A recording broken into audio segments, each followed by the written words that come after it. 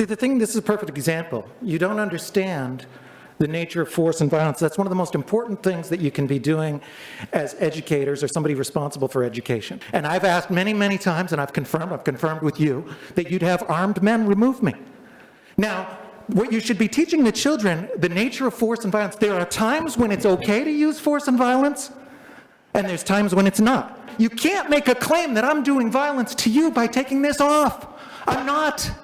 Mr. Fenton. I'm doing violence by you. Don't you dare take my tax dollars and tell men with guns to come into a school and do violence to me. And don't say you have the moral high ground to do that, because you do not. You're violent, you're authoritarian, you have absolutely no moral justification whatsoever. Zero. You have no moral justification. Mr. Fenton, your 3 minutes are up. And I'm going to mind my own business. Mr. Fenton, I ask you to please ignore me. Your time is up, Mr. Fenton. Please ignore me when I sit down. Please ignore me. Don't interrupt your meeting. Please ignore me. That's all. Don't bring men with guns in here. Let me just go about my business. You go about yours. We're going to take a 5-minute recess. To do violence to me. We're not discussing that right But you do, because it's very relevant. You are the one. You, Michael, you are the one who has the right. I do not make these decisions. You have the decision. I checked with the Attorney General. You and only you. You do, Michael. I checked it. I can show you the email. You do have the authority.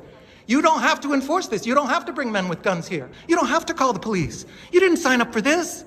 You didn't sign up to do this, to beat up another parent, to have cops call and, It's an airborne virus, which is highly contagious. Then why aren't you afraid of this man over here who goes to football games without a guy? Why aren't you afraid of shaking hands? Has been throughout the school year to keep students in school. And part of doing There's nothing that a cloth mask is going to do to change that metric.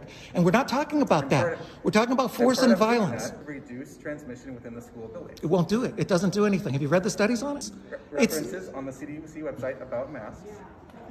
Peer review. And I sent you 65 studies that say they don't work. But the point is, it's not about whether they work or not.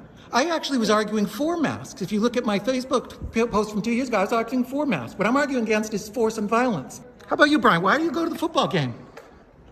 Brian, why do you go to a football game? Why do you go to a football game and not wear a mask? Get in my face.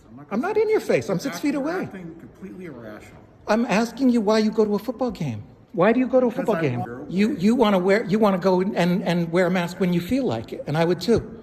What's so special about you? How do I get to be special like you? You're a super citizen. You got the plebe staff and then the important people like you. You're a school board member. You don't have to follow the rules. What about the science? No, that's not how rights work. No, that's not. We have a constitution. People in school boards don't just get to decide to violate the rights of other people.